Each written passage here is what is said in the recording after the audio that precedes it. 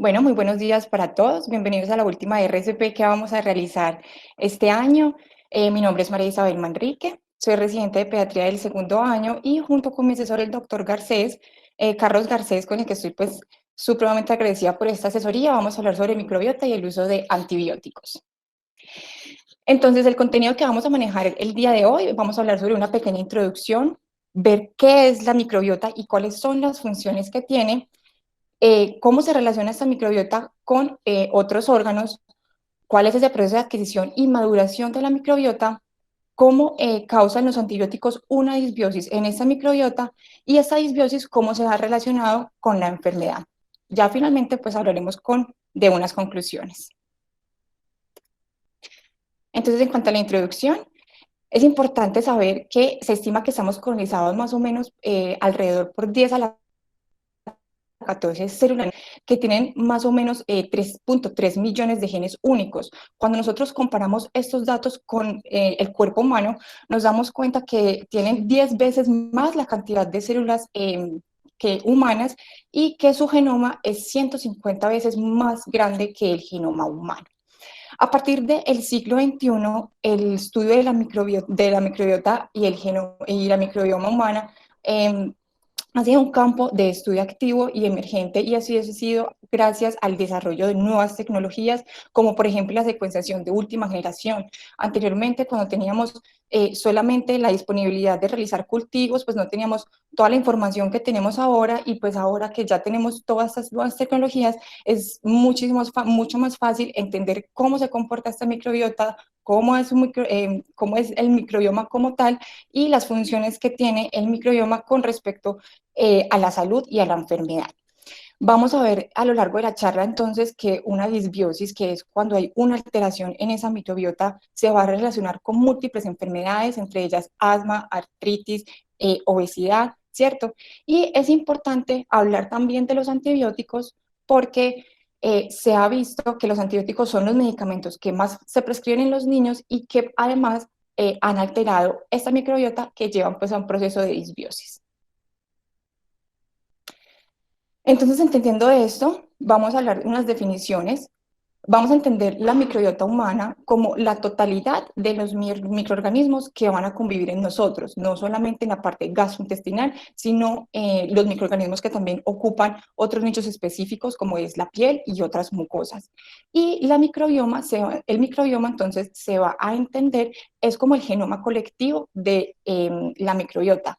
Muchas veces en muchos artículos y en muchos estudios hacen referencia de la microbiota y el microbioma como si fueran un mismo término, entonces vamos a ver que se va a manejar ese término igual aquí en esta charla. Es importante recordar que nosotros vivimos en una relación simbiótica con esos microorganismos, que son unos microorganismos comensales, que ellos, tanto ellos como nosotros, nos vamos a beneficiar de la presencia de ellos que estén dentro de nosotros, ¿cierto? Y vamos a entender entonces la disbiosis cuando hay una alteración de esa microbiota, que se va a perder esa homeostasis que hay y va a haber una respuesta adversa que finalmente puede causar un daño en el hospedero. Entonces, como les estaba contando, no solamente existe la microbiota gastrointestinal, también tenemos microbiotas en múltiples sitios anatómicos y que obviamente esta microbiota va a depender, va a cambiar su composición dependiendo de la función que tenga, que es diferente en cada sitio anatómico. Entonces, como vemos aquí, la microbiota vaginal es diferente a la microbiota de la piel, al igual que los orificios nasal, al igual que el tracto gastrointestinal, ¿cierto? Nosotros acá en esta charla vamos a enfocarnos solamente en la parte gastrointestinal. Entonces, en cuanto a la microbiota intestinal, nos vamos a dar cuenta que está compuesta principalmente de bacterias, pero que además va a tener la participación de otros microorganismos, como son virus, hongos y helmintos. Se cree que entonces tenemos más o menos aproximadamente entre 8.000 y 1.000 diferentes especies bacterianas y 7.000 cepas diferentes, y que principalmente estas familias bacterianas van a ser familias anaerobias, más o menos entre un 60 a un 90% de las bacterias, y esa composición pues va a cambiar dependiendo del sitio que nos encontremos en el tracto gastrointestinal. Hay dos familias importantes que es debemos recordar porque son como las bacterias más amigas que tenemos y es la familia Bacteroides que aporta más o menos un 23% y la familia Firmicutes.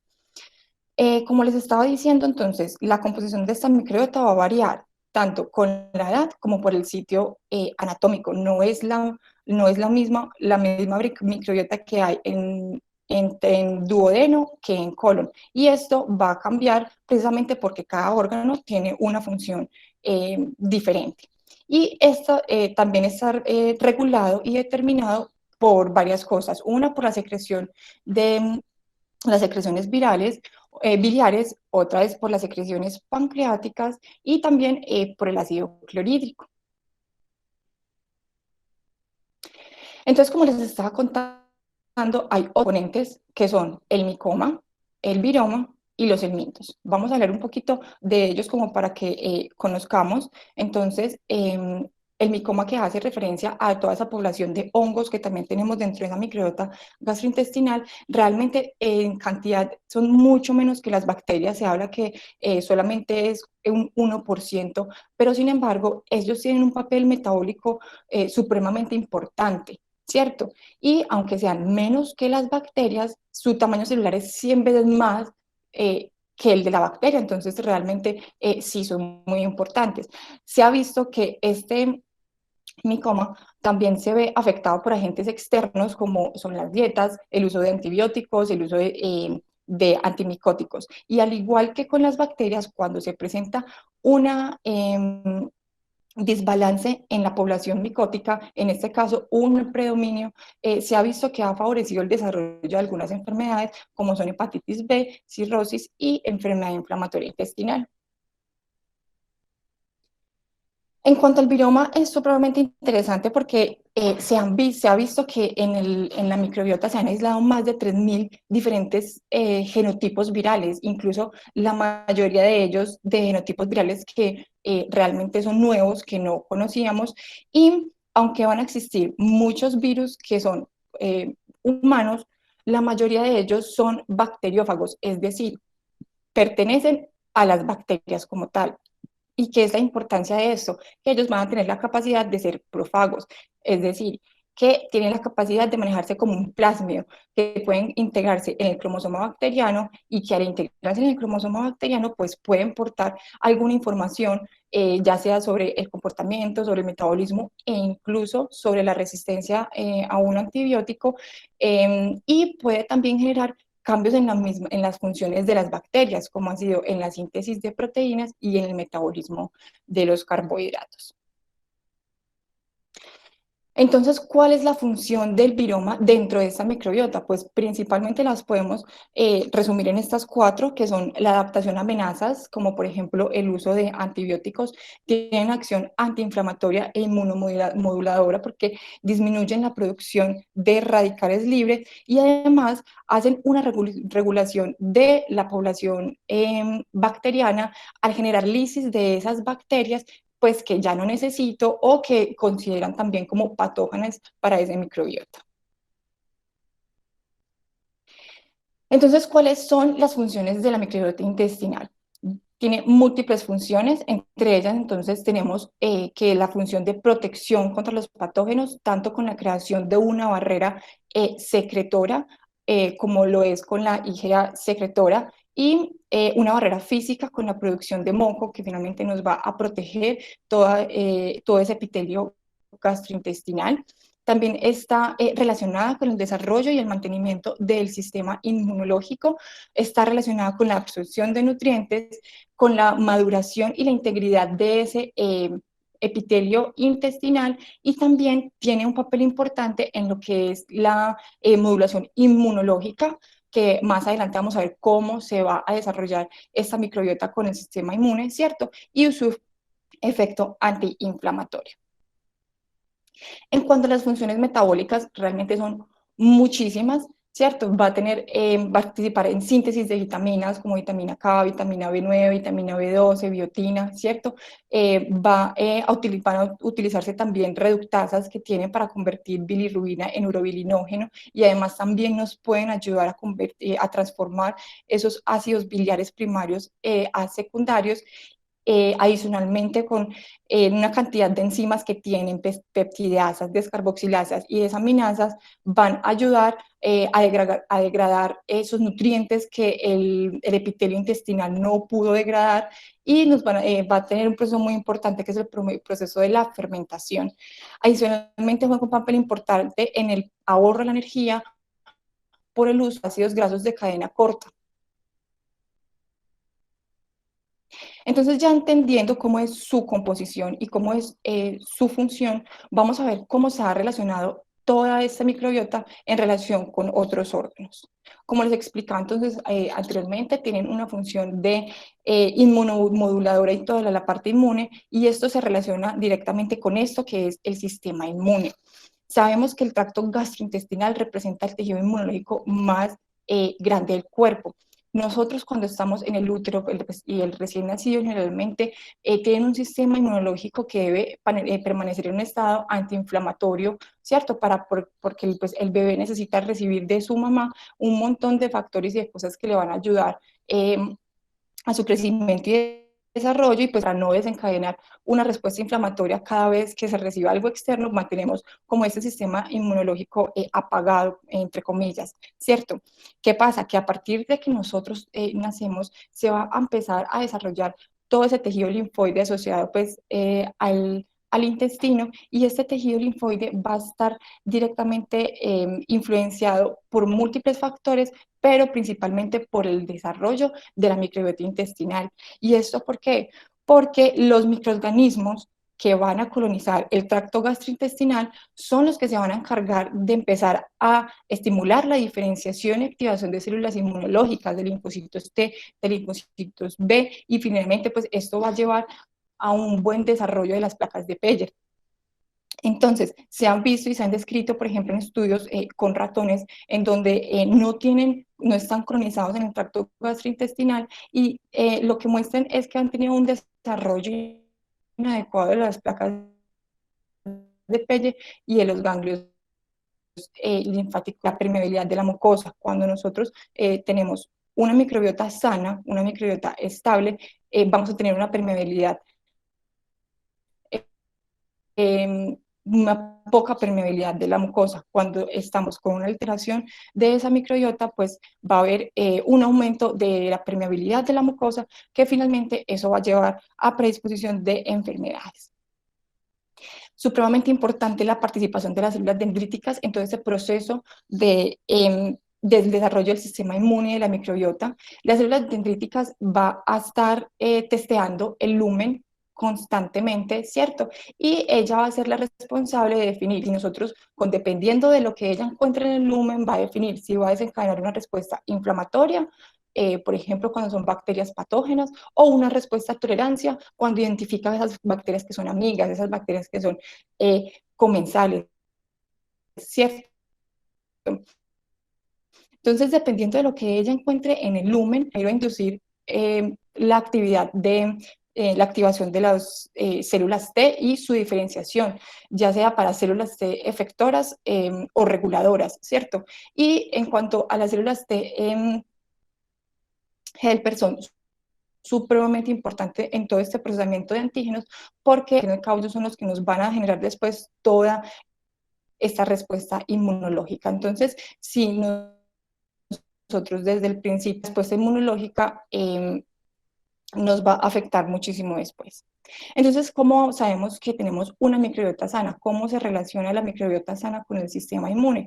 Pues realmente se ha visto que la participación de estas tres interleuquinas, ¿cierto? La interleuquina 17 y la IL-22, que son producidos por el linfocito TH17, que al igual fue activado previamente por la célula dendrítica, y estas interleuquinas se han relacionado con la producción de defensinas, con la reducción de la permeabilidad del tejido intestinal y además con el aumento de la producción de moco por parte de las células caliciformes, ¿cierto?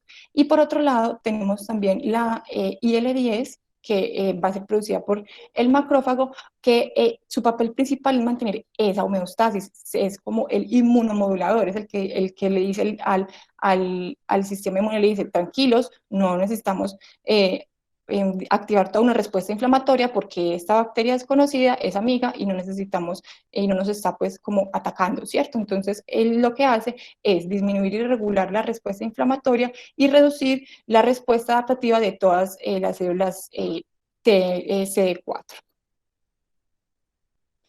Hay otro papel supremamente importante, otro factor supremamente importante relacionado con todo esto del desarrollo del sistema inmune y es la IgA secretora. ¿Por qué? Porque esta IgA secretora es un mecanismo que va a regular selectivamente qué células, qué especies bacterianas van a crecer o qué células bacterianas no van a crecer, ¿cierto? Y eso está relacionado con la diversidad en las comunidades bacterianas. Es muy importante nosotros tener una microbiota con una buena diversidad porque esto se ha relacionado con una microbiota que es estable, que es sana, que se ha relacionado más con la salud que con la enfermedad. Entonces, a partir de todo esto, de lo del sistema inmune, se ha descrito que toda esta parte no se queda solamente ahí en el tracto gastrointestinal, sino que va a repercutir a nivel sistémico. ¿Y cómo se hace eso? Entonces, se han descrito tres ejes principales, que son el eje intestino-cerebro, el eje intestino-pulmón y el eje intestino-hígado. Entonces, entendiendo un poquito qué es esto, entonces el eje intestino-cerebro prácticamente es una comunicación que va a ser bidireccional tanto con el sistema nervioso central y el sistema nervioso entérico. Va a tener muchísimas vías de comunicación, no solamente va a ser la comunicación por vía neurogénica, sino que también va a tener comunicaciones por vía linfática y sanguínea. Entonces, ¿cuál es la comunicación de cuál es la función de este eje? Uno, pues ligar todos los estados emocionales y cognitivos del cerebro con las funciones intestinales, va a participar en la activación del sistema inmune, va a regular la permeabilidad intestinal, también va a activar todos esos reflejos entéricos y es muy importante la parte de la señalización enteroendocrina. ¿Qué pasa con la microbiota? Que como les acabo de mostrar, la microbiota produce una cantidad de citoquinas, ¿cierto? Y que dependiendo de cómo nosotros tengamos esas citoquinas, vamos a tener un estado homeostático o vamos a tener un estado alterado que generalmente se va a traducir en un estado proinflamatorio. Cuando nosotros tenemos una liberación de citoquinas proinflamatorias constantemente en el intestino, estas citoquinas finalmente van a llegar vía linfática o sanguínea al cerebro y van a producir toda una alteración en la bioquímica y en la función del cerebro, incluso en la producción de neurotransmisores que va a estar alterado. Entonces acá en esta gráfica es un pequeño resumen de cómo se comunican tanto cerebro e intestino. Vemos que es una comunicación que es bidireccional y que va a tener múltiples vías de comunicación, ¿cierto? Entonces, todo lo que se genere en el intestino va a repercutir de alguna u otra manera en el cerebro y es a partir de ahí donde el cerebro va a generar una respuesta a lo que el intestino le está mandando y pues se va volviendo un ciclo vicioso. Entonces, si yo mando todas esas citoquinas proinflamatorios, esos metabolitos bacterianos que no corresponden, ¿cierto? Me van a generar una alteración en los neurotransmisores, me van a generar una alteración en las señales inmunes, me van a generar una alteración en la permeabilidad intestinal y pues el cerebro va a responder prácticamente igual, respondiendo con estrés, aumento de secreción de moco y todo esto pues va a alterar cíclicamente esto. ¿Por qué es importante esto? Porque, como les dije, uno cuando nace apenas se va formando esa microbiota, ¿cierto? Y apenas se va formando ese sistema inmune y recordemos que los niños están con ese cerebro todavía en formación. Entonces, si nosotros mandamos señales alteradas a ese cerebro a partir del intestino, pues vemos que toda la parte de neurogénesis, la arborización dendrítica, la poda neuronal y la sinaptogénesis va a quedar alterada o incluso dice pues que no se desarrolla bien. Y es aquí cuando los estudios han relacionado una disbiosis de una alteración en la microbiota con enfermedades de la conducta, trastornos de la conducta o enfermedades psiquiátricas. Muy parecido pasa acá en el eje intestino-pulmón. Recordemos que nosotros también tenemos una microbiota pulmonar, ¿cierto? Que nosotros también debemos mantener homeostasis en esa microbiota pulmonar y constantemente toda la parte de los metabolitos y las inmunoglobulinas y las interleuquinas que estamos liberando en la microbiota gastrointestinal, pues se van a comunicar vía linfática y hematógena y llegan finalmente al pulmón, ¿cierto? Si tenemos una microbiota sana, lo que vamos a pasar al pulmón son productos, entre comillas, buenos, ¿cierto? Que nos van a ayudar a mantener también la homeostasis de la microbiota en el pulmón y pues que finalmente nos van a llevar pues, a la protección de enfermedades. Mientras que si tenemos una microbiota que está alterada, vamos a mandar todos esos metabolitos bacterianos que van a modificar finalmente la microbiota del pulmón y que eso también se va entonces a relacionar con lo que es la parte inflamatoria. Y esa parte inflamatoria pues va a predisponer a las infecciones. Al igual que pasa también con el eje intestino-hígado. El intestino y el hígado están estrechamente conectados. Todos los metabolitos, toda la producción de todas las interleuquinas y todas las cosas que produce el intestino van a llegar a las células de Kupffer, a los canalículos, ¿cierto? Y entonces, al igual que en cerebro y el pulmón, si nosotros mandamos esas señales incorrectas, si nosotros estamos mandando constantemente citoquinas proinflamatorios, esos metabolitos que son tóxicos, pues simplemente el hígado va a estar constantemente en un estado proinflamatorio y esto se ha relacionado con hígado graso. Y entonces, en cuanto a la microbiota y la inflamación sistémica, también es un proceso completamente bidireccional si nosotros partimos de una microbiota que no está sana, de una microbiota que tiene una permeabilidad alta, que tiene translocación bacteriana, pues esto finalmente me va a desencadenar un un efecto sistémico. Al igual que si nosotros tenemos una inflamación sistémica por X o Y motivo diferente a la parte gastrointestinal, pues también se va a ver reflejada en toda esta parte de la microbiota. Entonces, ya entendiendo cómo son las funciones y cómo se desarrolla esta microbiota, vamos a ver cómo se adquiere y cómo es ese proceso de maduración de la microbiota. Hay factores que determinan la microbiota según la edad, ¿cierto? Entonces, tenemos unos factores prenatales y maternos, como por ejemplo la dieta materna, la edad gestacional, el estado de salud de la mamá. Hay unos factores que son perinatales, como son la vía del parto y el inicio de la lactancia materna, y hay otros factores que son postnatales, como son la dieta, la dentición, la exposición medioambiental y el ejercicio. Importante notar entonces que el uso de antibióticos puede afectar en cualquiera de estas etapas, tanto desde la parte prenatal hasta la parte postnatal.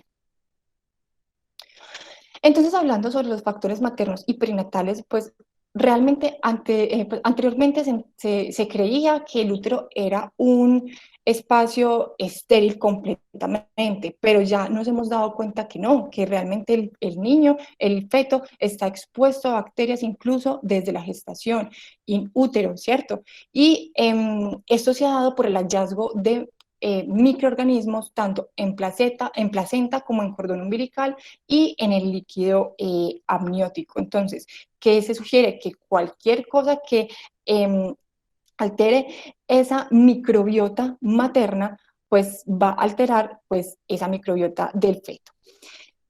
Aunque esa microbiota se ha visto que, por ejemplo, en la placenta, que no es mucha, que es poco abundante, sí se ha relacionado con una actividad metabólica muy alta, incluso se ha relacionado con síntesis de cofactores y de vitaminas y el del metabolismo de aminoácidos y carbohidratos, ¿cierto? ¿Y qué podemos encontrar o qué se han encontrado, qué microorganismos se han encontrado? Pues en líquido amniótico se han encontrado principalmente enterococos spp, estafilococcus spp, E. coli y bifidobacteria. En cuanto también a los factores maternos, lo de que les estaba explicando ahorita, cualquier cosa que pueda alterar la microbiota materna, pues va a alterar esa microbiota del feto. Y se ha relacionado que la dieta rica en grasa durante el embarazo va a disminuir lo que es la población de bacteroides. Acuérdense que bacteroides es de esas familias buenas que nosotros necesitamos, ¿cierto? Y por lo tanto, pues una disminución en esa población también se ha relacionado con alteración en el metabolismo de los carbohidratos. Hablando entonces sobre la vía del parto, realmente el bebé se va a colonizar pues con lo primero que toque, prácticamente. Entonces, el bebé que nace por parto vaginal pues va a colonizarse de lo que es la flora vaginal de la madre. Esa flora vaginal de la madre va a estar compuesta principalmente por Lactobacillus, Prevotella y Atopobium, que hacen parte de las familias, de las microorganismos que necesitamos normalmente para un buen desarrollo de la microbiota, ¿cierto? Porque se ha relacionado que ellos realizan una estimulación a propio del sistema inmune. Mientras que los pacientes y los bebés que nacen vía cesárea, pues se han dado cuenta que para acabar de gustar, tienen una microbiota que no es la adecuada porque es la contacto con la piel, o sea, la flora cutánea de la madre, y es una microbiota que es menos diversa. Se ha visto que se han aislado, los microorganismos que principalmente se han aislado en estos pacientes son predominio de estafilococo, Corynebacterium y propio Nibacterium. Esto se ha relacionado con un retraso en la colonización por bacteroides y Bifidobacterium, ¿cierto? Y incluso estos cambios pueden persistir hasta el primer año de vida, pero pueden ser compensados con otros factores, como vamos a ver ahorita, que es la lactancia materna.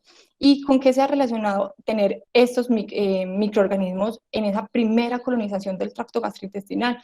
Pues que va a haber una estimulación inapropiada del sistema inmune y que esto va a predisponer posteriormente al desarrollo de patologías alérgicas mediadas por TH2. En cuanto a la lactancia materna, entonces sabemos cuáles son todos los beneficios de esa lactancia materna, pero además de eso vemos que la lactancia materna es una fuente supremamente importante de bacterias, y no solamente la leche materna, sino en la piel areolar circundante, ¿cierto? En cuanto a en la contribución de la microbiota en los lactantes, se ha visto que la leche materna aporta hasta un 30% y la piel areolar aporta hasta un 10%. Y es muy importante tener en cuenta que ese aporte de la leche materna va a ser dosis dependiente, o sea, no es lo mismo que un bebé sea lactado solamente por 1 o 2 meses a que sea lactado, por ejemplo, por un año. Recordemos también que la leche materna tiene los oligosacáridos, tiene oligosacáridos pues, humanos, de leche materna pues, humana, y ellos juegan un papel súper importante. Entre ellos tienen una función prebiótica que ayuda al crecimiento de bifidobacterium, ¿cierto? Y además se ha visto que el calostro tiene una cantidad de componentes, y entre ellas unos componentes inmunológicos como es la IgA secretora y los leucocitos.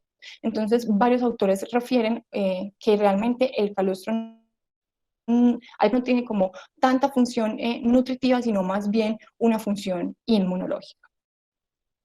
Entonces, ¿cuál es la diferencia entre la leche materna y la leche de fórmula? Pues además ya de todos los beneficios que hablamos de la leche materna, se ha visto que Proteobacteria ha sido el organismo que más se ha encontrado en la leche materna, y que Firmicutes es la familia pues, que más predomina en la piel areolar, y que los lactantes que están alimentados con leche materna, pues en sus heces que se han estudiado, más del 50% de las bacterias van a estar representadas por actinobacterias y proteobacterias, que es lo que debería haber en la microbiota intestinal, ¿cierto? Mientras que en los niños que son alimentados con leche de fórmula se ha visto que tienen una disminución en lo que es la diversidad de la microbiota, y para acabar de ajustar tienen microorganismos que en ese momento no tendrían por qué predominar en el tracto gastrointestinal, como son E. coli y Clostridium difficile, que se han incluso relacionado con aumento de la producción de radicales libres y pues por eso un estado proinflamatorio. En cuanto a la dieta, que ha sido también supremamente estudiada, se ha visto que la dieta baja en grasas y baja en proteínas animales, pero que es rica en fibra y en polisacáridos vegetales, la población muestra que tiene un predominio de actinobacterias y bacteroidetes, que son nuestras familias amigas, ¿cierto? Y que estas además se han relacionado con un mejor metabolismo de almidones complejos y de carbohidratos, y que tienen un mejor aprovechamiento o mayor pues, producción de energía por la producción de ácidos grasos de cadena corta. Esta producción de esos ácidos grasos de cadena corta, pues como lo dije, son muy buena fuente de energía, y además nos van a ayudar a prevenir la infección por patógenos. Por el contrario, lo que ha sido la dieta occidental, que es dieta alta en proteínas animales, azúcar y grasa, que más bien es baja en fibra, se ha relacionado con predominio de Firmicutes y Proteobacteria, y es una microbiota que es menos diversa y que se ha relacionado a que es más pro obesidad. Entonces, aquí en esta gráfica podemos comparar en el circulito verde, que es la población africana, en donde generalmente tienen una dieta baja en grasas, baja en proteína animal, que vean el predominio de la familia Bacteroidetes, que es mucho más del 50%, es el 75%, mientras que en Europa, que tienen una dieta occidental, vean que pues realmente varía muchísimo esa población. Es muy importante entender que hay una ventana crítica. Como les digo, la microbiota se va formando poco a poco, y para eso es muy importante tener en cuenta esos primeros 1000 días. ¿Por qué? Porque es ese el periodo en donde la microbiota y el sistema inmune se van a desarrollar simultáneamente. Entonces, obviamente, es un periodo donde hay mayor susceptibilidad, porque tenemos un sistema inmune que es inmaduro y tenemos una microbiota que es poco diversa, que apenas se está formando, que es inestable. Entonces, con cualquier cambio que yo haga en esos primeros 1000 días, pues va a tener ya repercusiones a largo plazo. Se cree que entonces este proceso dura hasta los 2 o 3 años de vida, en donde ya la microbiota tiene una similitud con la microbiota pues, del adulto, pero incluso la microbiota se ha descrito que la microbiota de los adolescentes sigue siendo diferente a la microbiota de los adultos. O sea, sí se parecen, pero no es lo mismo. Y ya pues una vez establecida esta microbiota, ya esta microbiota se vuelve estable y no se cambia fácilmente. O sea que yo lo que haga en estos primeros 1000 días va a quedar definitivamente para el resto de la vida. Y en cuanto a la estabilidad, pues se ha visto entonces, por ejemplo, que en los adultos el 60% de las secuencias de las bacterias que componen esa microbiota van a permanecer estables, incluso hasta por 5 años. Entonces, esta gráfica nos va a mostrar más o menos cómo es ese desarrollo de la microbiota. Tenemos primero la parte de la colonización, que es a partir del nacimiento, ya sea por parto vaginal o por cesárea. Posteriormente empezamos con la lactancia materna, o pues con la leche de fórmula, que realmente no es lo ideal. Y además, el otro factor importante es la introducción de la dieta y la diversificación de esa dieta, con posteriormente pues ya tener una microbiota que es similar, más no igual, a lo de los adultos, más o menos a los 2 años.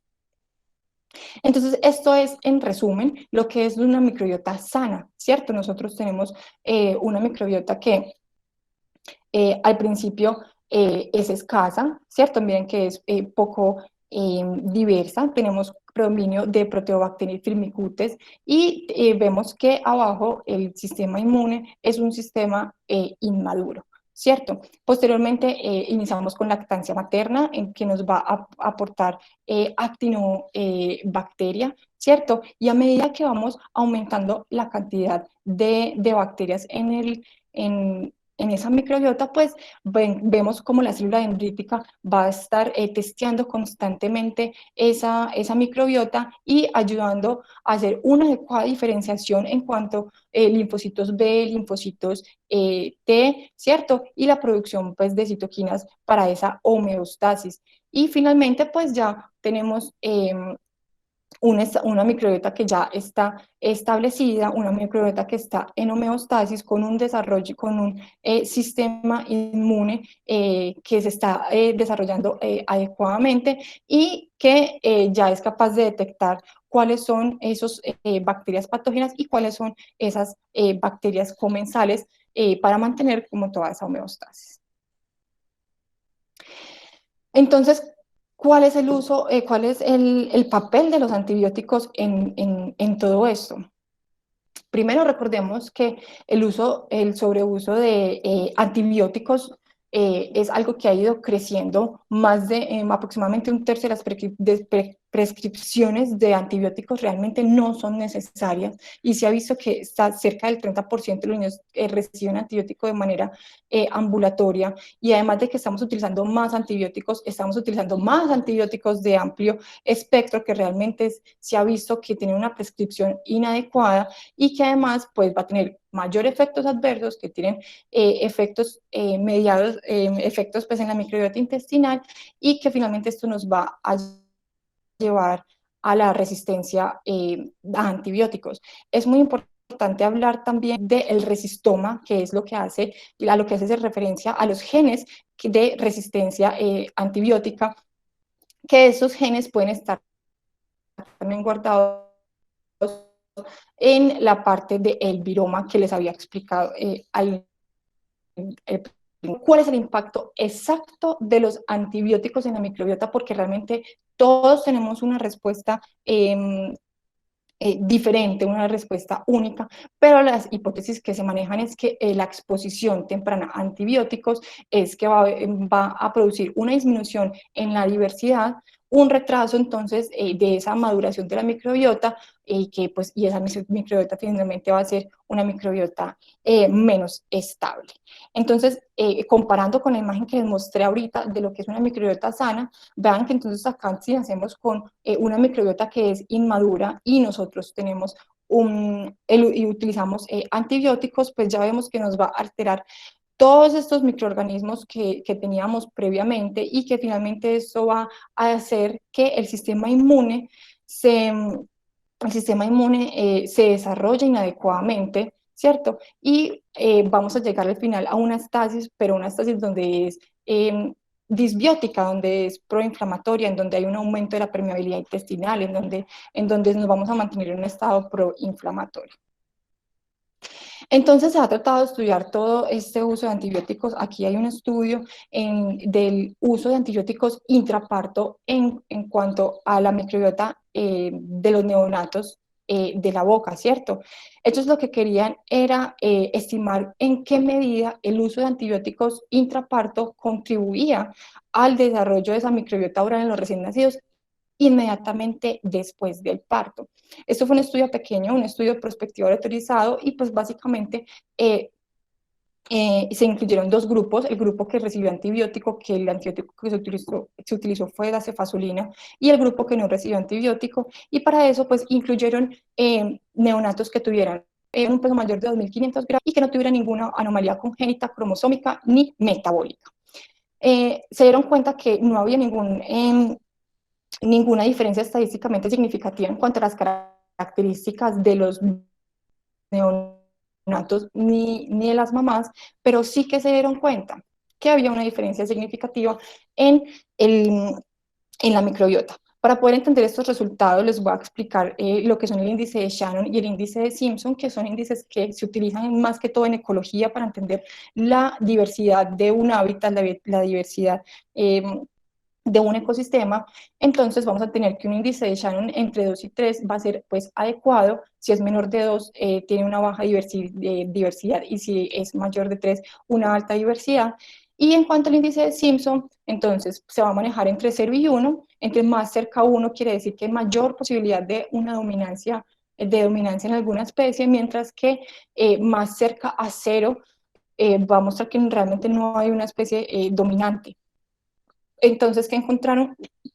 Encontraron que en el grupo de los que recibió antibiótico, el índice de Shannon era de 0.4 más o menos 1, 0.2, que quiere decir que tenían baja diversidad, y el índice de Simpson de 0.16 más o menos 0.23, pues que mostraba que no tenían una especie dominante, ¿cierto? Mientras que el grupo que no recibió eh, tratamiento antibiótico tenía un índice de Shannon adecuado, que era de 0.35 más o menos 1, y un índice de Simpson, pues también muy equitativo, ¿cierto? De 0.46 más o menos 0.25. Esto lo entendemos mejor acá, en donde en esta primera gráfica, que es la gráfica A, nos está mostrando cómo era la abundancia relativa dependiendo pues de la filia en las que pertenecía. Entonces, aquí abajo encontramos los 22 pacientes que participaron, y aquí están a mano izquierda los pacientes que recibieron antibiótico, y a mano derecha los que no recibieron antibiótico. Entonces, vemos que en los pacientes que no recibieron antibiótico, perdón, voy a poner aquí, acá. Perfecto. Que es a partir de esta columna, que es prácticamente toda gris, ¿cierto? Vemos cómo es el predominio de Firmicutes en este paciente, y pues después tenemos un leve predominio de bacteroidetes, que acuérdense que son las familias que nosotros necesitamos. Mientras que los pacientes que recibieron antibiótico vean que realmente como que no hay predominio de ninguno, y tienen además otras bacterias como las actinobacterias, las proteobacterias, que en este momento del desarrollo de la microbiota, pues no es pertinente que estén ahí, ¿cierto? Y pues viendo entonces aquí la segunda gráfica, que ya nos muestra los microorganismos como tal, vemos que en los pacientes que no recibieron tratamiento antibiótico hay un predominio del lactobacillus, que es lo que esperábamos en los pacientes que nacen por vía vaginal, mientras que vean cómo se altera la microbiota en los pacientes que recibieron tratamiento antibiótico, que la madre recibió tratamiento antibiótico intraparto. Entonces, ¿ellos qué discuten y qué concluyen? Pues que realmente el estudio sí demuestra que los antibióticos sí tienen un impacto en la microbiota, pero ellos quieren saber ese cambio de taxones claves, qué va a traer a largo plazo, con qué está relacionado. Entonces ellos dicen, no, pues necesitamos entonces saber, hacer un estudio más amplio, más largo, para validar pues, los hallazgos con una mayor población, y que sean longitudinales, que nosotros podamos decir, listo, esta sí tiene un impacto en la microbiota, pero queremos saber qué pasa cuando esa microbiota está alterada. Adicionalmente traigo este otro estudio es sobre el efecto de los antibióticos en una población preescolar. Este estudio se realizó en Burkina Faso, que queda en África, y ellos se basan principalmente en los resultados de un estudio que se hizo previo a este se hizo en 2018, y el previo se había hecho en el 2017 en Nigeria, en donde mostraban que el uso de acitromicina eh, eh, impactaba en esa diversidad de la microbiota. Entonces ellos dijeron, no, nosotros queremos saber si es solamente la citromicina o pues otros antibióticos. Y lo que hicieron entonces, pues la hipótesis de ellos era que el uso de los 3 antibióticos que más se utilizan allá disminuyen la diversidad de la microbiota en comparación con placebo. Para esto, pues simplemente incluyeron niños entre 6 y 59 meses, y pues realmente las comorbilidades y el uso de antibiótico previo pues no fueron uso de exclusión.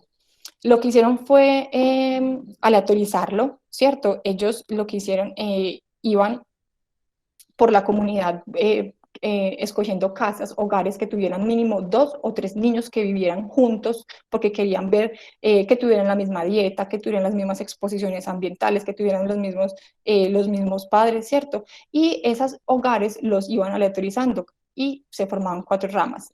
La rama de la amoxicilina, la rama de la citromicina, del cotrimoxazol, que vendría siendo el trimetoprim sulfa acá en Colombia, y la rama de placebo.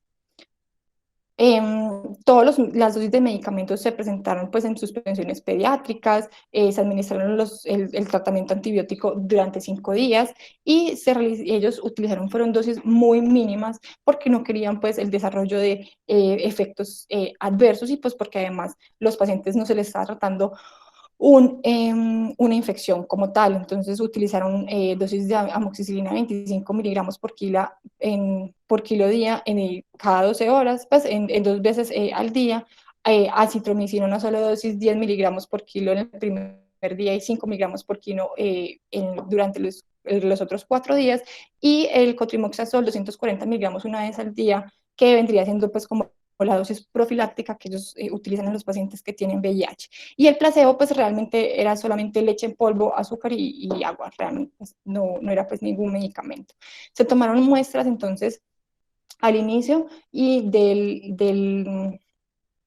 al inicio del estudio y al 5.º día del tratamiento antibiótico, ¿cierto? Y finalmente, entonces, esto fue lo que encontraron. Eran 165 casas que podían participar. De hecho, de ellos sacaron 41 casas porque no tenían más de dos o más niños que vivieran ahí juntos. Y finalmente, pues, tuvo en cuenta 124 niños que se repartieron equitativamente en amoxicilina, acitromicina, cotrimoxazol y placebo. Ellos también utilizaron el índice de Simpson y el índice de Shannon. Simplemente el índice de Simpson lo realizaron a la inversa, es decir, que uno quiere decir que no tienen diversidad, y que entre más grande sea el número, mayor diversidad tiene.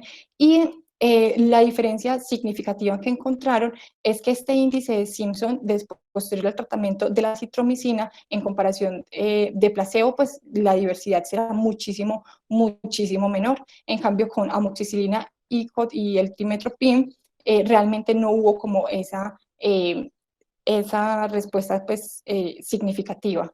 Esto mismo lo vemos en estas mismas gráficas, que es una gráfica de análisis de coordenadas. Simplemente vemos que el grupo rojo es acitromicina, el azul es amoxicilina y el verde es cotrimoxazol.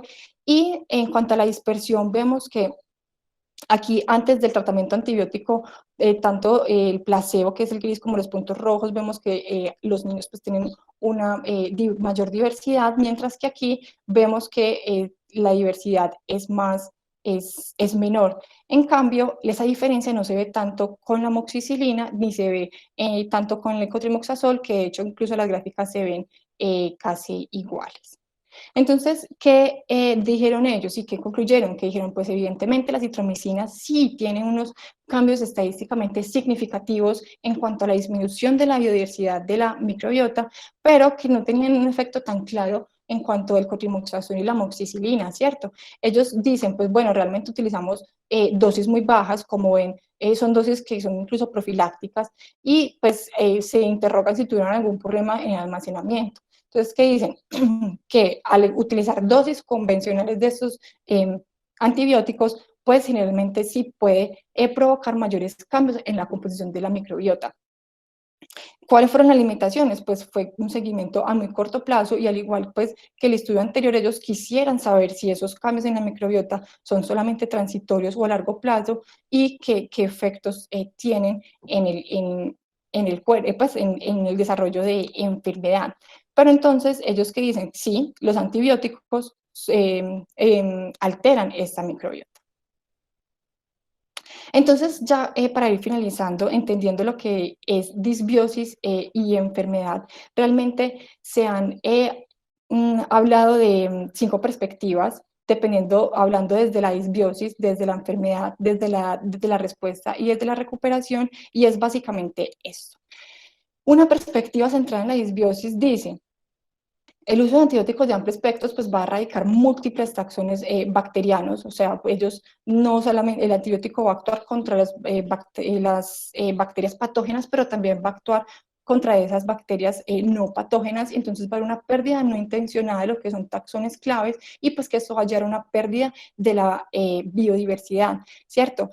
Esta pérdida de taxones clave entonces va a dejar como unos nichos vacantes que va a ser ocupado posteriormente al momento de la recuperación de pues, toda esa flora bacteriana por pacientes que son bacterias que son patógenas y patobiontes, ¿cierto? Entonces, finalmente, lo que se va a hacer es que va a haber una recuperación inadecuada o parcial que pues, va a ser disbiótica y que va a llevar pues, toda esa alteración de la capacidad funcional de la microbiota. La perspectiva basada en la enfermedad lo que dice es que no hay un solo mecanismo que explique la disbiosis y la enfermedad, sino que dependiendo de la enfermedad que el paciente tenga, se puede inferir cuál es esa función de la microbiota que está alterada. Es decir, entonces, por ejemplo, en los pacientes que tienen obesidad y diabetes se ha relacionado más con alteraciones en cuanto a las funciones metabólicas. Las enfermedades atópicas y los trastornos autoinmunes se ha relacionado más con esas funciones de la modulación inmunológica y la prevención de la inflamación. Y las enfermedades infecciosas, pues se ha relacionado más con esa falta de promoción de maduración y la integridad del epitelio intestinal y la protección pues, contra patógenos. En cuanto a la perspectiva centrada a la edad, es muy similar a lo que habíamos hablado de esa ventana crítica y dice pues que realmente el desarrollo de la microbiota tiene estas 4 etapas, ¿cierto? Que es de 0 a 6 meses, de 6 a 12 meses, de 22 a 24 meses y de 24 meses en adelante.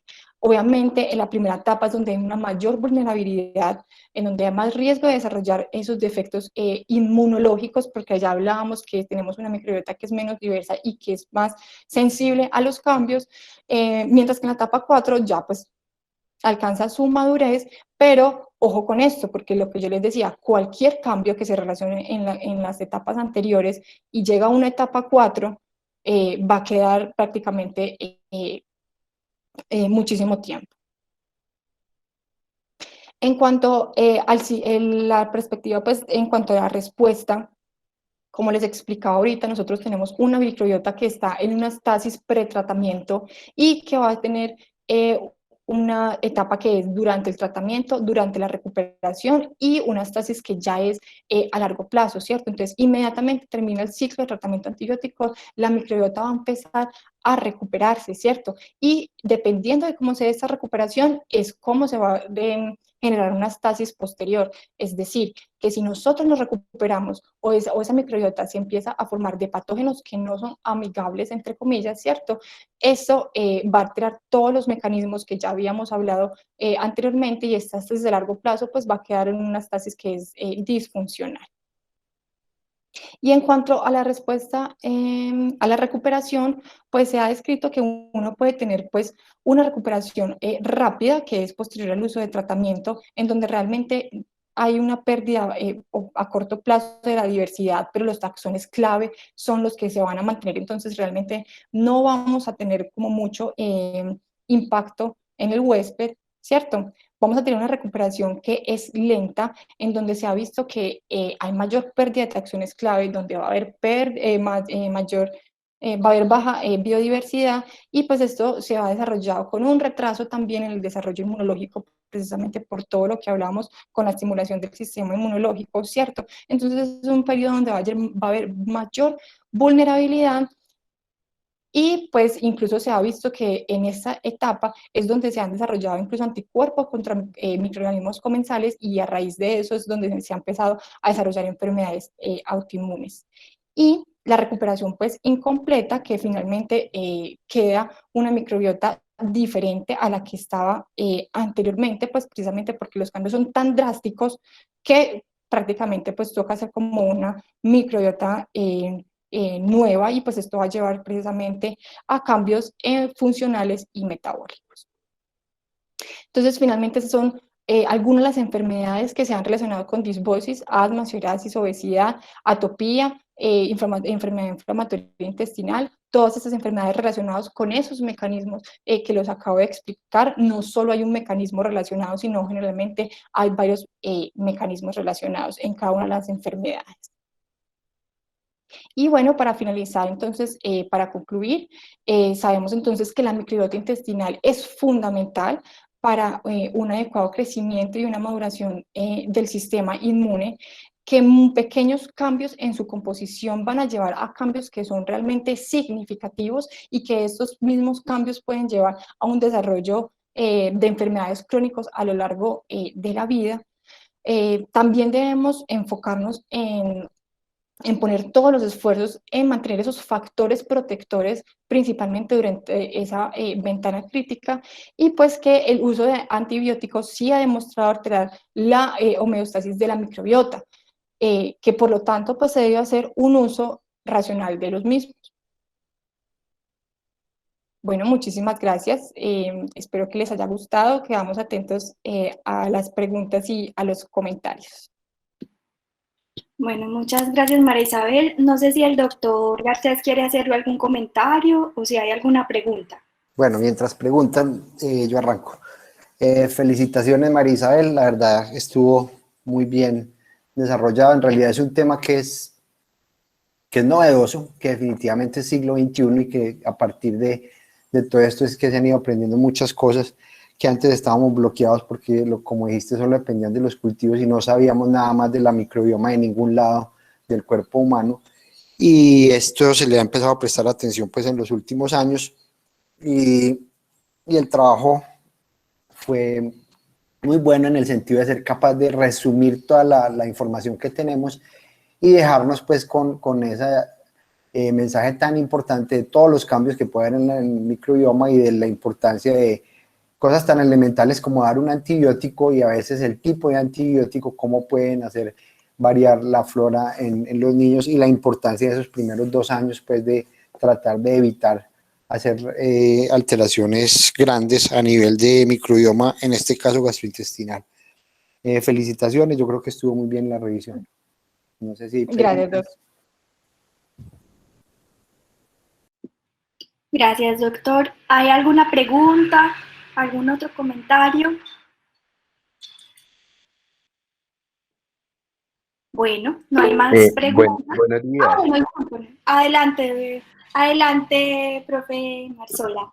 Mi Dios le pague. María Isabel, felicitaciones, muy buena presentación, me gustó mucho, y un tema pues muy actualizado, y la revisión pues muy completa. Y tengo una pregunta pues más que todo para el doctor Carlos, ahorita pues que tenemos como una presión externa, no solo pues como de la farmacéutica, sino de la parte de los mismos pacientes, por las mismas presiones que existen en la propaganda y en toda la parte de redes sociales y todo alrededor de la microbiota, de los lactobacilos, de todo este tipo de probióticos. Y entonces como pediatras nos sentimos pues como un poco afectados por eso, y no existen como unos estudios que uno diga que tienen una metodología adecuada, que nos digan que se deben o no se deben. ¿Cuál sería la recomendación en esos pacientes que han recibido antibiótico, que a veces lo recibimos y ya han tenido un ciclo antibiótico que está finalizando? ¿Sí se debería, no se debería, o es mejor esperar a ver qué pasa más adelante con la parte de estudios y metodologías?